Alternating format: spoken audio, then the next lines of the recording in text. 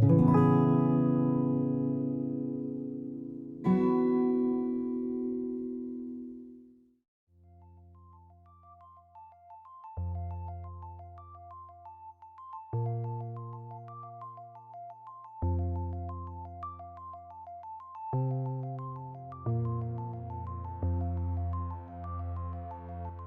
everyone. Welcome to another episode of Socratic Cinema. I'm Kasey Clark.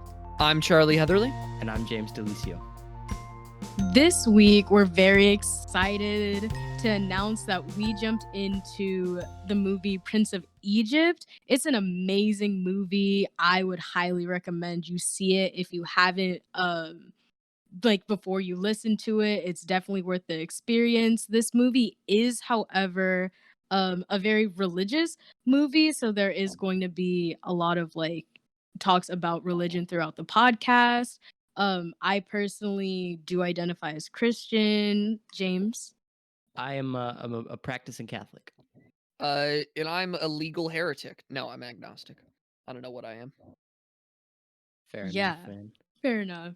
So, as you see, we're kind of, all across the board. So, it's not going to be somewhat of a bias, but we are going to try to touch on all sorts of points along with the analysis. I personally really, really like the movie. It's like Anastasia for me. Like, those are same tier movies in my no like Wait. nostalgia. Listen, Whoa, nostalgia whoa. levels. I'm talking about nostalgia levels, not actual because I was watching them at the Quality. same time. Yeah, not quality. Not quality. Okay. Nostalgia levels, because I was essentially watching them at the same time. And when I tell you, I would watch this movie religiously, had it on disc with special features, would listen to the soundtrack every night before I went to sleep. Like, I lived and breathed Prince of Egypt. But we'll get more into fun facts and stuff later. How did you guys feel about it?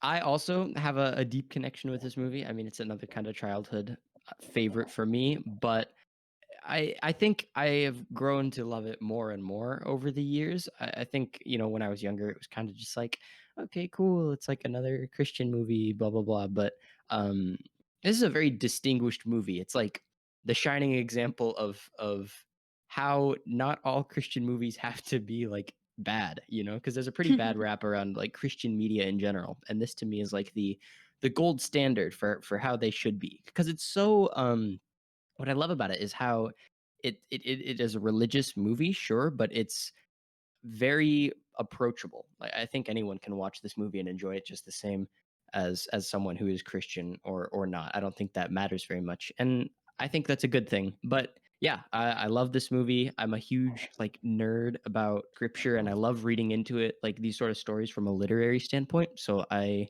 a very big fan of The Prince of Egypt, and I'm looking forward to talking about it. Yeah, when I was first introduced to this movie, well, it was actually just a couple weeks ago, because this is the first time I've ever watched it is for this podcast. And James and Kasey were like, Charlie, you're going to love it. You're going to love it. And they've said that to me about a lot of bad movies, Napoleon Dynamite, Oh. Megamind. You got to be careful with these two. But, I'll say it. It's my favorite 2D animated movie ever. 100%. Yes. There we I'll go. say it right now. I was hooked from the beginning. The first song where you see all the Hebrews working on the pyramids and how horrible it is. It very much reminded me of the first song in Frozen, which some people do not consider a banger, but I do. That song is a banger, and I will defend that till I die. See, but hooked in. James, this is my time to talk. No. Yeah, sorry. I just got excited about the first song. I got a little eager. No, totally. A couple things I want to address that you said.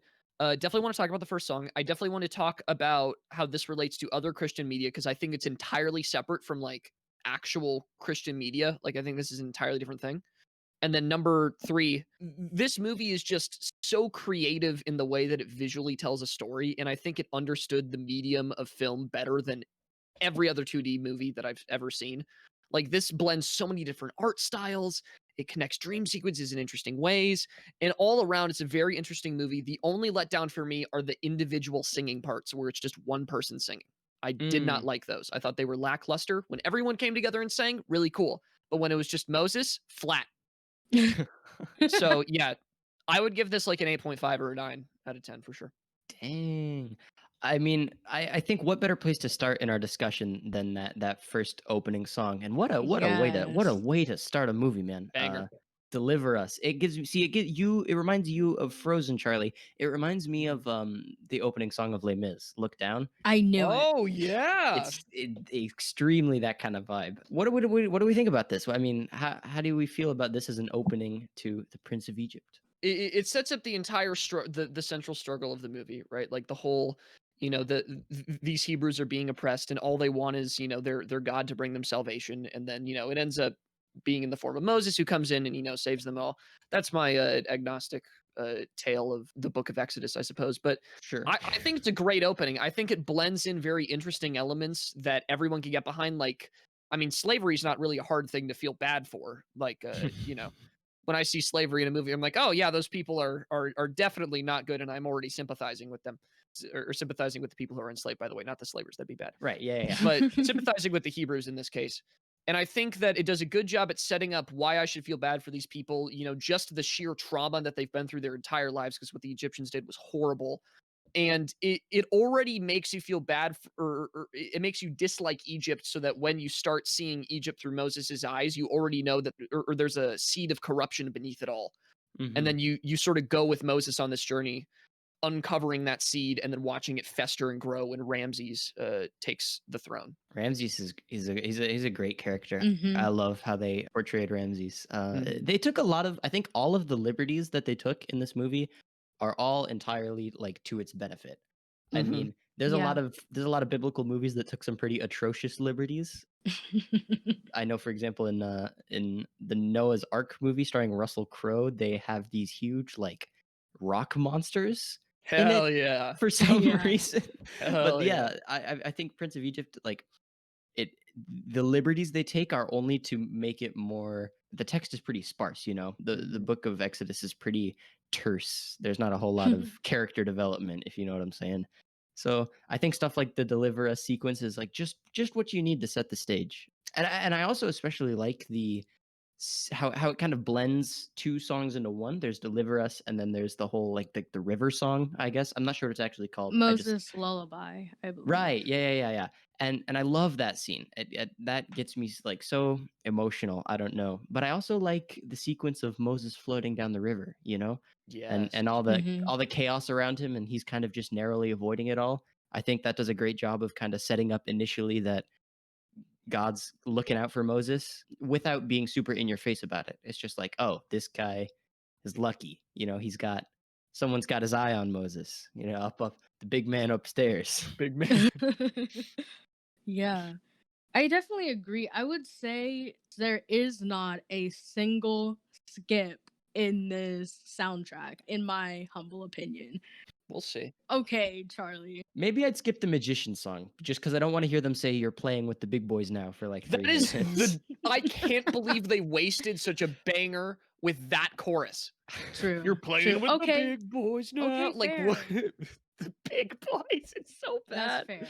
That's fair. But Hans Zimmer, who was just responsible for all of the music, he did what needed to be done, what he had to do. The opening, even watching it, like I've always loved the opening. Like even if I'm listening to it, you hear that boom, but you already know what's about to go down. Like you can feel it. Like the build in that song is absolutely amazing, and you feel it from the opening to the transition to the River's Lullaby.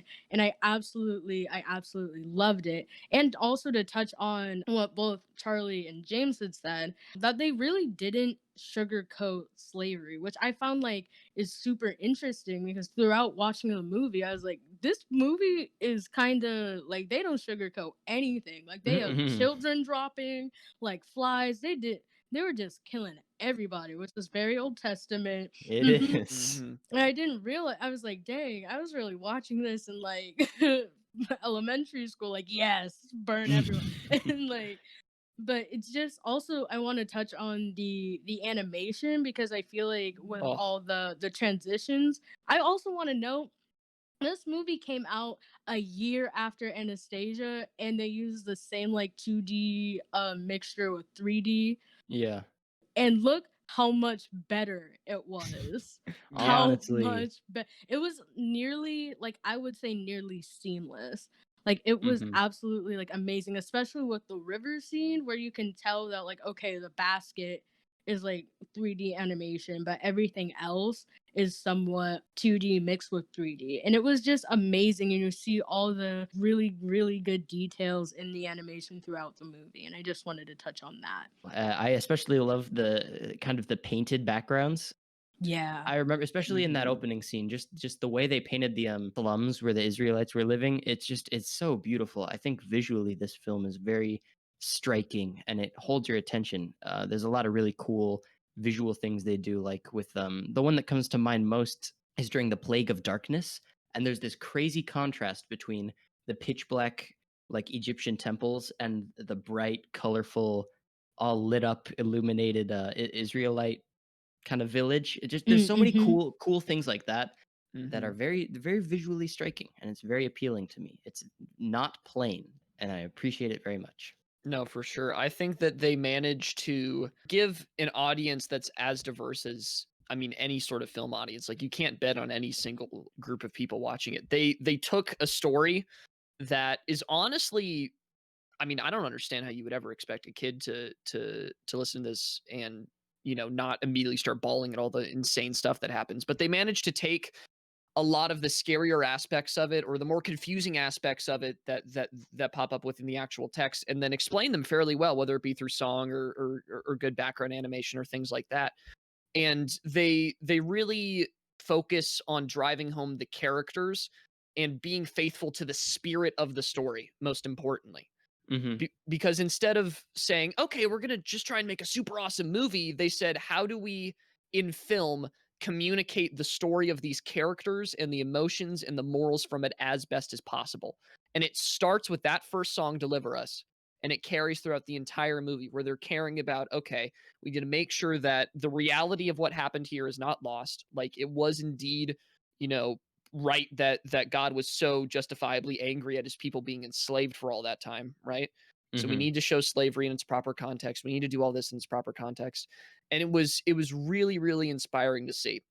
As long as we're talking about the spirit of the characters, I did some cross-referencing last night with the actual Book of Exodus, and let me just say, man, DreamWorks did Aaron so dirty So in this movie. dirty. They did him Dirty? so wrong. Yeah. Mm-hmm. By the way, voiced by Jeff Goldblum, by the way. Love Yeah. him. Love Jeff But Goldie. in okay, so in the original text, Moses is kind of for much of the Book of Exodus and most of the plagues, honestly, Moses is just the one who can kind of communicate with God, but Mhm. Aaron is the one who's actually doing the talking with Pharaoh and doing the staff things and bringing down the plagues. Not Moses. Most of that's Aaron, whereas in the movie they kind of portray him as this doubter who's like, I don't buy it, Moses, you've Mhm. made our situation worse. But then it's like, no, man. In the Bible, Moses had stage fright. Aaron was the one who was like turning the river into blood and bringing Moses the had plagues. stage fright. That's literally what it is. Moses was like, Lord, I've never been a good talker, and he's like, fine, get your brother Aaron to do it then. Really? Yeah. Right, yeah. Moses didn't just ask, "Hey, guy, can you like give me something to say, like a script, maybe?" He said, "Nah, we'll just give the staff to the other guy. We'll delegate." By like plague 7 or 8, Moses like got comfortable enough to start doing it himself. But yeah, After most the of it. firstborn sons, we were fine. No, that was Got 10. Don't chilled. worry. Moses got to do that one. Oh, I also thought it was interesting that Moses and God have the same voice actor in this movie. Yeah. Yeah. They're both voiced by Val Kilmer, which I think is very interesting to me. Ooh, I feel like it's not something because Val Kilmer's voice is not very Old Testament God-like. It's a true. lot more kind of vulnerable. Yeah, I have a fun Mhm. fact about that actually, All right. because they wanted all of the like members to put in on the voice so that it wouldn't be considered like offensive, or that like could be interpretive that God sounds a specific way. Uh, But they ended up just having Val Kilmer do it as kind of like a nod to his inner voice also being God and just like all those kind of crossovers. But it's Yeah. actually really cool that in the background they still kept in the recordings of the cast saying God's lines. So in the background you can kind of hear the cast like whispering God's lines behind Val Kilmer's voice. Oh, Oh, really? that's so cool. Hmm.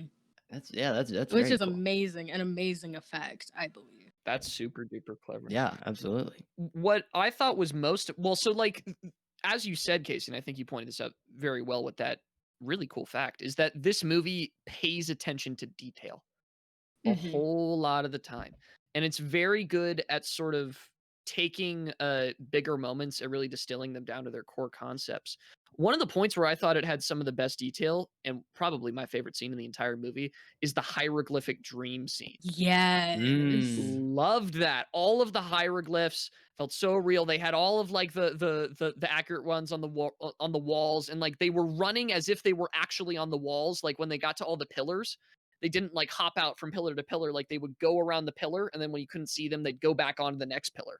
It was So so amazing. cool. Mm-hmm. I don't even know how you choreograph that stuff, but that has to be my favorite scene. For you guys, do you think there was one that topped it, or?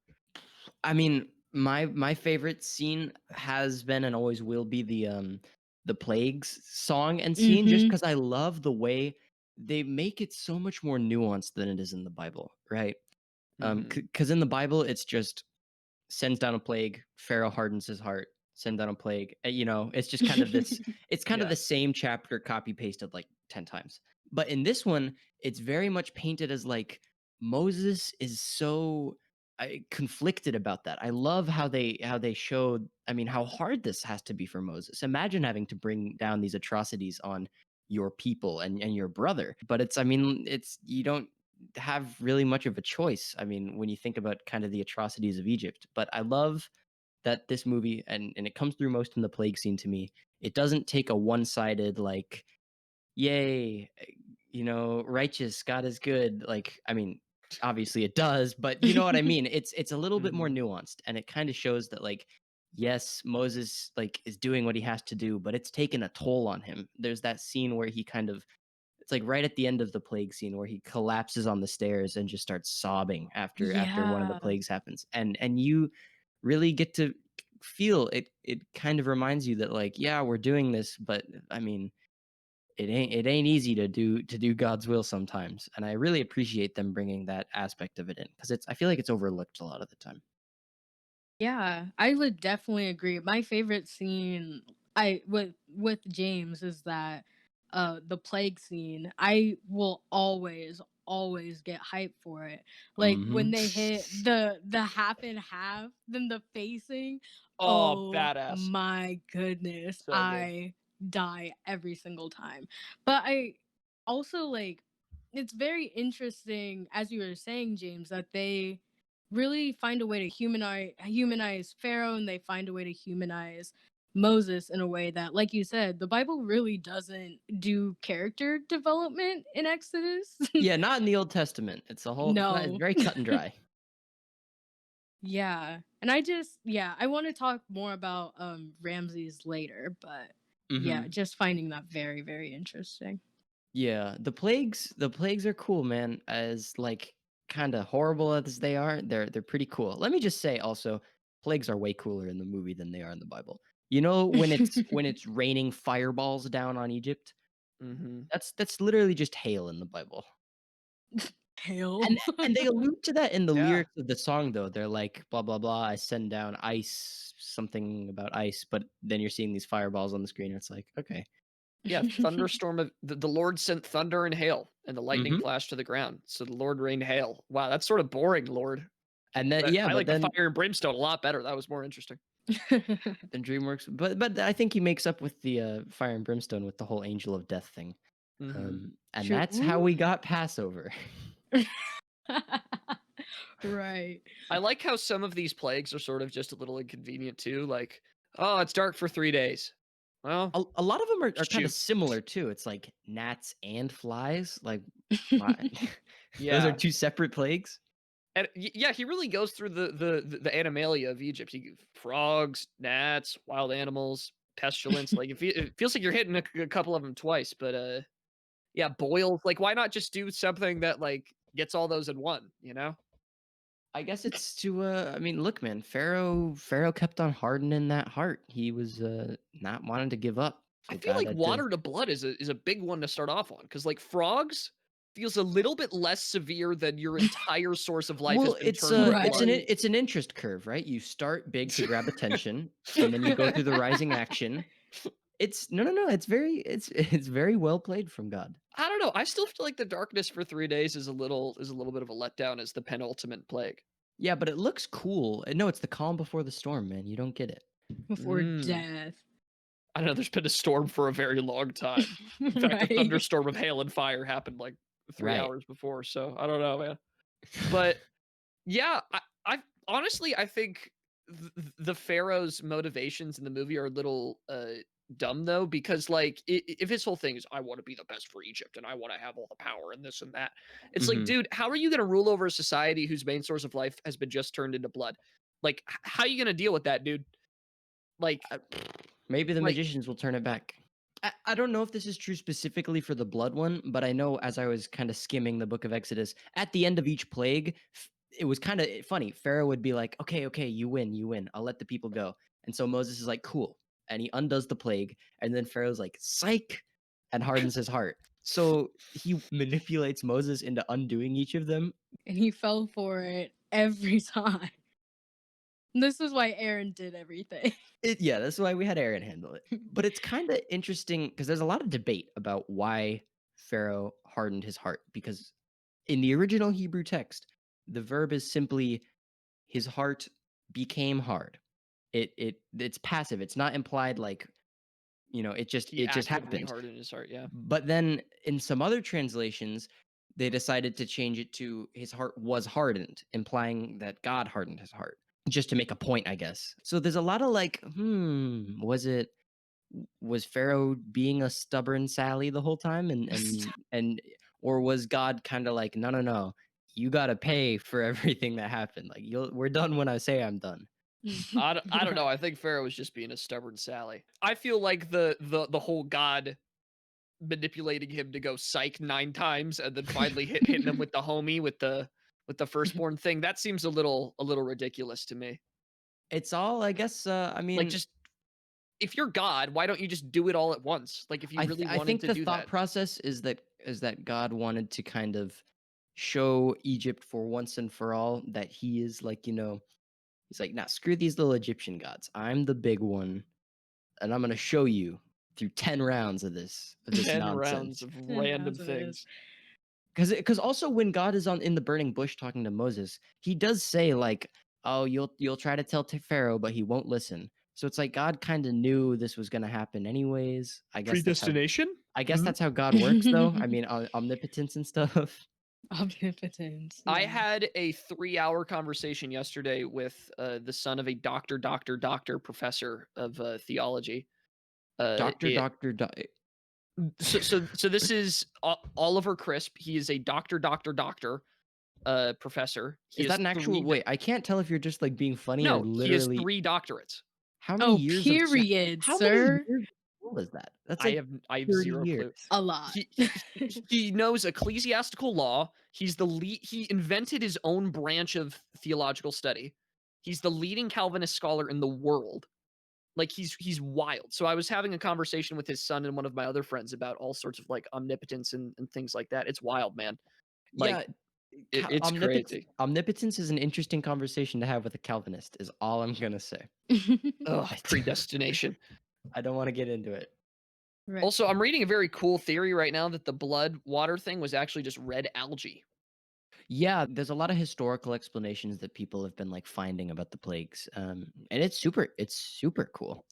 See, that's what I think is super interesting when I look at the Bible and something like Prince of Egypt or the Book of Exodus, because I personally don't believe that Moses was ever like one person. Like I think that entire story is an amalgamation of different tales and histories that had been combined together into one thing. Like to me, the 10 plagues sounds very it sounds very possible if this was 10 insane events that happened to Egypt at different times and Yeah, all for different reasons. Like all of these things are not impossible to have happened, and some of the theories that people have brought up sort of makes sense. Like if your Mhm. water turns to red algae, that's going to kill every single fish in the river. Right. Yeah. You know, a plague, that's going to bring a lot of different things. Darkness, that could just be a sandstorm. Like there's tons of different Hoo-hoo. explanations that's super interesting at a historical level. Yeah, I love like stepping back and looking at the Old Testament from kind of a literary slash historical standpoint, because there's a whole lot of room for like, at least I know in the Catholic sphere of things, there's a lot of you're allowed to have some degree of interpretation, I guess. Like we acknowledge that not everything in the Old Testament is literal, you know, where there's a lot of stuff that maybe is not literal and is more kind of meant to get a point or a message across rather than be like, this is history. So stuff like this is super fascinating to me. Like Jordan Peterson's talks on the Old Testament in the book of Exodus, the Vacation Bible School podcast. Check them out. They're super cool too.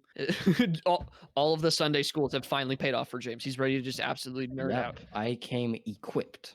We love it. But oh yeah, that's the thing I wanted to talk about. So James, earlier you said that this movie is like a good example of Christian media that can appeal to a large group, right? Yes. I think it's entirely different than what people refer to as Christian media. I would agree. I think that although this is a Christian story that stems from the book of Exodus, or I guess Abrahamic, I suppose would be probably a better way to say that. Sure. But to me, Christian media, at least as we know it in the modern context, centers around this idea, or at least a lot of the times, that Christian values need to be reasserted within film and media and movies, and Yeah. and that it's a pro-Christian message rather than simply giving you a story from the Bible. God's Not Dead is a great example of a bad Christian movie Mhm. because it's trying to actively convert you really and pretend that other religions are or try to prove within a 2-hour time span of a movie that other religions are false and that the Right. people that are in those religions are bad people. Yeah, I think that's a bad way of trying to evangelize. Yes. I think I think like just tell the stories that already exist. You know, whether it be like the lives of saints or stories from the Bible, whatever. Just tell Mhm. those stories and tell them so that they are appealing to a wider audience, like Prince of Egypt. I think Yes. that because that builds interest and encourages people to, you know, do more of their own kind of research. I think that's a much better way of doing it. And it's a much less divisive way of doing it, you know? Mhm. Yeah, like let people experience these stories that have like captivated, I mean, millions upon millions of people for generations, Yeah, right? these Yeah. stories survive for a reason, right? They're ancient and we still talk about them for a reason. Yeah, they're Um, baller. Fire and brimstone, baby. Firstborn sons, get they're out of here. archetypal, dude. Like Can we also talk about how Yahweh is a sexist? Firstborn sons? Can I get firstborn females too? Hell yeah, equality, baby. I'd rather have it just be firstborn sons than all kids. I mean, Okay. if we're speaking from a utilitarian point of view. Everyone gets the opportunity to be killed. Equal rights, equal fights. I hate that saying so much.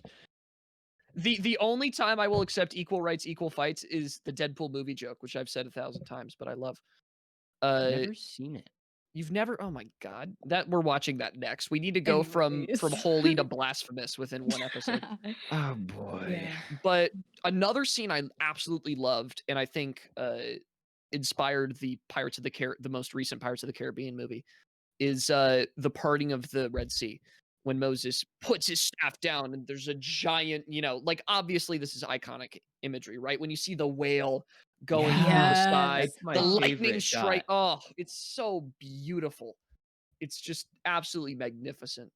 I loved it. Incredible. It took them 2 years to animate that 4-minute sequence. What? Really? Yeah, Dang. which is crazy. Also, my only gripe is why in the world were why were they moving so slow? Like they knew that on the other side there were Egyptians that wanted to kill them, but they were lollygagging. There was a fire walking through. tornado. What are you talking I about? wouldn't have trusted.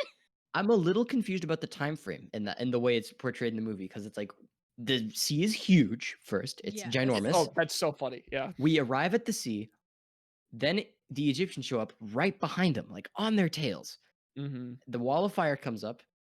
Moses parts the sea, they go in, and they make it far enough to be like almost to the end when the firewall comes down. It's like, how long were the Egyptians just sitting outside the Sitting firewall? there, yeah. It's a little confusing because I mean, it's like we don't see any tents set up. It's like they're just kind of waiting there. It just went from day to night. Are you telling me they walked across the entire Red Sea in one day?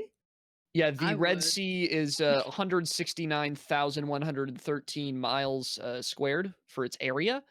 So pretty Ooh. big, one might Yeah, a say. little Maybe they large. were booking it and they're Yeah. like We just saw them on like the rest sections, you know, where they slowed the True. pace down a little Okay, bit. fair. The Exactly. rest of them, they're just running a marathon so I that they know. can Its rest for the max 4 width is minutes. 221 miles, by the way, so they would have to walk God. just a little bit.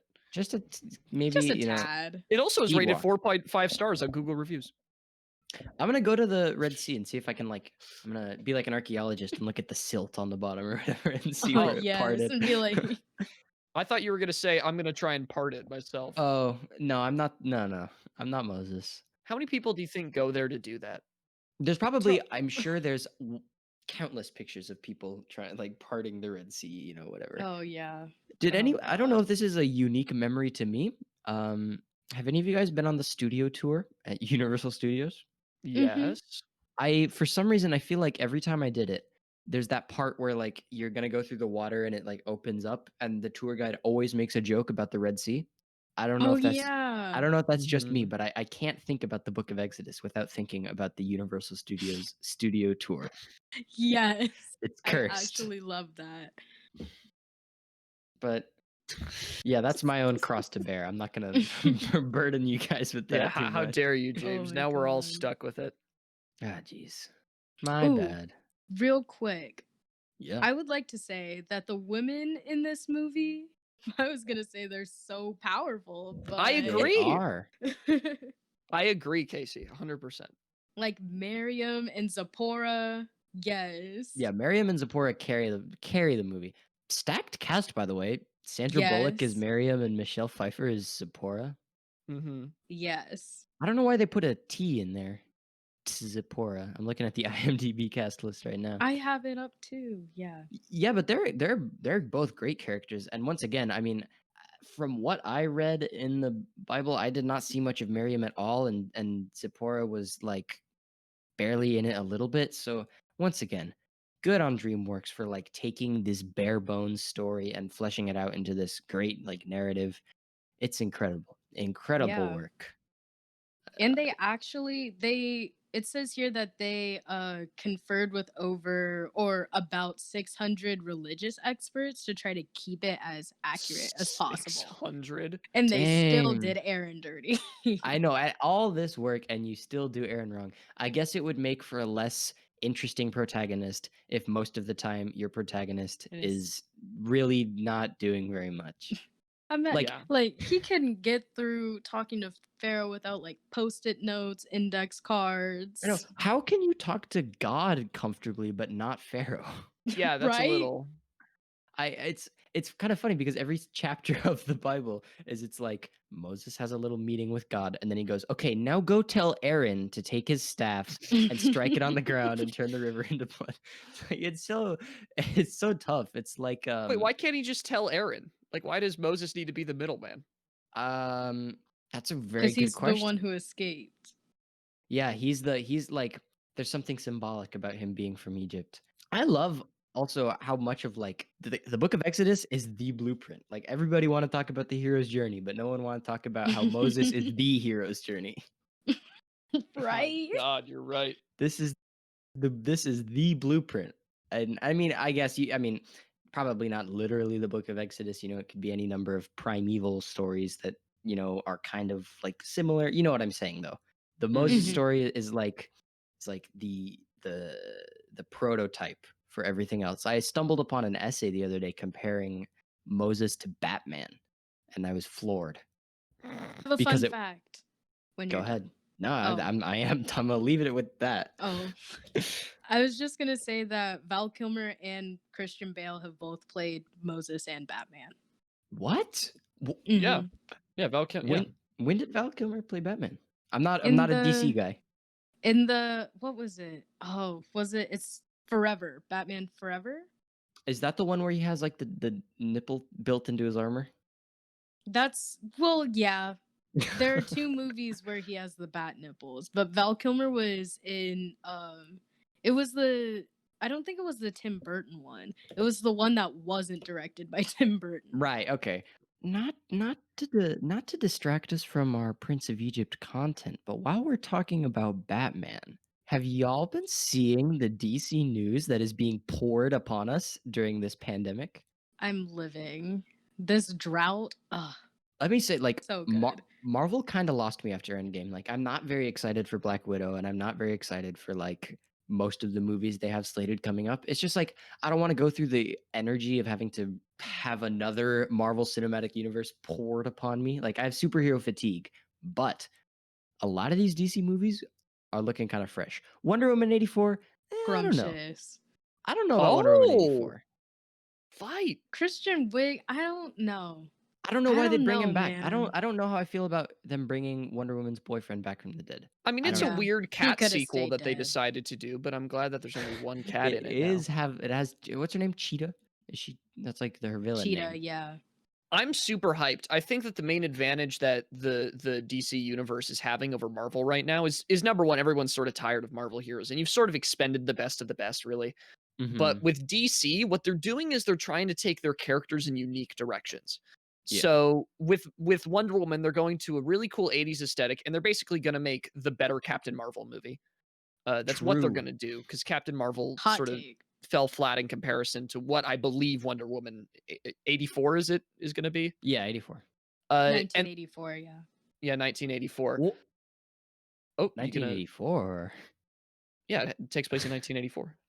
Well, George Orwell. I know. Like, why would you pick that year, man? I don't know. And then you see something with Batman where they're going for a very realistic, very gritty. Like this is no Nolan film. This is going to go ham. It's I'm so Detective excited for Batman. Yeah, it's Detective Batman, and that's the coolest Batman in my opinion. But the Yeah. one that's going to be most interesting to me, I think, is Suicide Squad. Have you seen the cast list? Yeah, it's wild. They say it's going to be like a set an 80s war movie or something, like a 70s war like a movie Vietnam War movie. combined with Suicide Squad. Like characters are going to get shot in the face and die in that. Yeah, here's like Suicide Squad is the one that's most interesting to me too, because we all know how the last Suicide Squad movie went. I don't think we need to talk about that. Yep. Horrible. But Nope. here's the only thing that's confusing to me with this like slew of DC movies, and I'll talk about Suicide Squad first. I'm worried with how big the cast is, right? There's like 50 billion Suicide Squad members this time around. So I'm expecting a lot of them to die. Super hyped that it's James Gunn. Yep. Are we saying that the old Suicide Squad still existed here because Margot Robbie's still playing?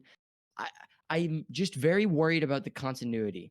Oh, I don't care. I'm willing to say the first movie never happened. Right. No, yeah, I'm just confused because I want to know what DC is saying happened. Like, did Birds of Prey happen? I don't know what's canon and what's not. To my knowledge, the way that Suicide Squad works within the comics is that it's meant to be a rotating cast.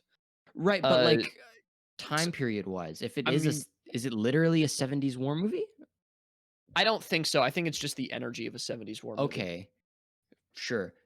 Like that's what because James Gunn's very good at doing like retro, but you know, in the new Yeah. age. I think Suicide Squad was the perfect fit for him because of that. Mhm. And I don't know why he's channeling 70s war movie. That's really interesting to me. It has Uh, John Cena in it though, and Pete ha- Davidson. It has It John do. Cena, Pete Davidson, Nathan Fillion, like big names. Idris big Elba. Yeah. It just oh Yeah, sorry. I'm definitely like I'm glad James Gunn is doing it because I think everybody, including DC, knew that the other Suicide Squad was just kind of like their bad attempt at a Guardians of the Galaxy. Yeah. So I'm glad they're just kind of like Yeah. embracing that fact and bringing James Gunn. I think it'll be interesting though. I'm looking forward to it. I have the same questions about the Batman one because like, are we? Does Ben Affleck still exist or has that been retconned? Because they're releasing the Snyder Cut. Yeah, and he's returning as Batman in the Flash movie. Yeah, I don't get it, but maybe it's gonna be kinda like the Joker movie where it's a separate universe. Yeah, I think what I've been hearing, like, the speculation is that DC is not trying to go for a cinematic universe anymore, given, like, after Wonder Mhm. Woman and Superman, Batman, Aquaman, like, Yeah. like, they're like, "All right, Marvel already beat that to death, and we knew that, like, we can't really compete with not, like, compete with that, but we have to do something discernibly different," which is why Yeah. they're kind of, like, they're having different people play the same characters or having same characters show up in different, like, time periods. Like, I don't think they're going necessarily for continuity, I think they're going for, quality content. And maybe that's the right Way to approach. I go. think No, that I'm might be for the it. Yeah. I think that might be the right approach. I'm super excited for the duct tape version of Riddler that we're getting in the new Batman Yes. movie. Oh, But I've also heard that they're casting someone as Penguin, so maybe it'll be kind of like a movie where we get to see a bunch of smaller Batman villains. Like, it's not gonna be one big bad. It'll be like more. I don't know, but they're kind of building up Riddler Rogues as the big bad. Gallery? Yeah, a Rogues Gallery movie. I'm down That's for a perfect. rogues gallery. I'm I'm I so l glad they're down. leaning into Riddler though, because Riddler is like the perfect fit for a detective Batman movie. Like his whole Yeah. thing is being a puzzle, right? Mhm. And it's really I'm glad they're taking him in more of a gritty role than like the pinstripe green suit with the Yeah, riddle question me marks all this, over it. Mr. Wayne. Like they're taking the core concept of a character and evolving it in an interesting way. And I think they're doing that for a lot of different characters across these DC properties and franchises, which is very interesting to me. The movie that stood out to me as the most boring or had the worst trailer though was definitely the Snyder Cut. What a horrible song choice. Whoa, Horrible. whoa, whoa, w'a whoa. I'm gonna have to take a hard Okay, well, disagree. I love that song. The person who sang it did That's horribly I though. think that's I'm pretty sure that's the original, maybe. Ooh, Glad damn. I'm glad they remastered it then. That I'm was gonna I'm god gonna awful. I'm gonna counter you. I'm gonna say I think the most boring trailer to me, was Black Adam. I think It it'll be a wasn't, like, cool movie. really a trailer. I don't know. It was It like a looked like a Mortal Kombat cutscene. Um, Oh, true. well, that was the intention, right? It was just meant to be, like, concept art. it Like, it I makes me don't think even that really they consider yeah, that a it trailer. makes me I don't think know. that they haven't, like, gone that far in production with it, which is understandable. Oh, But no, not at all. That's, like, they're yeah. I yeah, think it's basically a lot of pre-concept it's stuff just that like they're an working with. announcement, yeah. I also don't Yeah. know, is he, like, a bad guy? Yes, Black Adam is Yes, bad. he is. Ah, I would just like Shazam 2. I really like Shazam There is a 2. Shazam 2. It's coming out. Seriously? Coming out, Yep. yeah. Okay, because I loved Shazam 1. Like, Shazam 1 to me was like a perfect superhero movie. Mhm. I thought it was really good. Um, Shazam 1 was really good. I don't know. I'm sort of hyped for Black Adam, but I just feel like The I'm kinda Rock. meh. Snapping necks. That's what I'm I here can't see The for. Rock as a bad guy. True. He's just, like, charismatic while Yeah, he's he's too murdering nice. people. that might be what Black Adam's thing is though. Like I'm not sure how like horrible he is. Yeah, because he was True. kinda like the liberator of his people, kinda like, Moses, if you think Black about Adam it. and Moses together. Finally. What a segue, James. What a That was a segue. really And good we're segue. back. We're Welcome back. back to the Socratic Cinema podcast special episode about Prince of Egypt and the DC Fandome announcements all in one, Oh my gosh, can I clickbait the title as that pretty just for please? you. Yeah, this is like Yes. a double feature. Let's go. Double We feature. totally planned it this way from the beginning, by the way. So you can't say we like had a misleading title or anything. This is all part of the plan. No, you certainly Yes. cannot. So I have a theory. Like when I was watching, like, I just want to talk about, like, more about Ramses, because I feel like with the liberties taken with his, like, character development, that they really hammered home, like, the toxic cycle of, like, Yes. like, emotional abuse, low key.